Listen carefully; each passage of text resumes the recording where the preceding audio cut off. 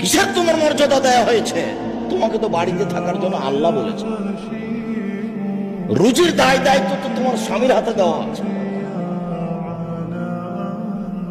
টাকা পয়সার দায় দায়িত্ব তো তোমার স্বামীর হাতে দেওয়া আছে। ওটা আল্লাহ বলছে, ওটা নবী বলছে। কত আয়াত, কত হাদিস।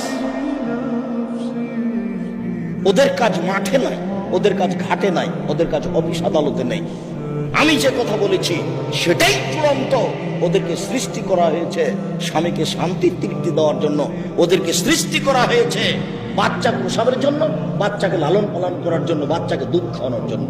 ওদের সৃষ্টি করা হয়নি অফিসের জন্য, ওদের সৃষ্টি করা হয়নি দেশ পরিচালনার জন্য, ওদের সৃষ্টি করা হয়নি ডাক্তারি করার জন্য। বলছে যে আপনার স্ত্রী তো মহিলা ডাক্তার ছাড়া যায় না, তো যাবে না, মরে যাবে। আর না হলে নিরুপায়ে যেতে পারে কোন পুরুষ ডাক্তারের কাছে, যেতে পারে যে কোনো নারী।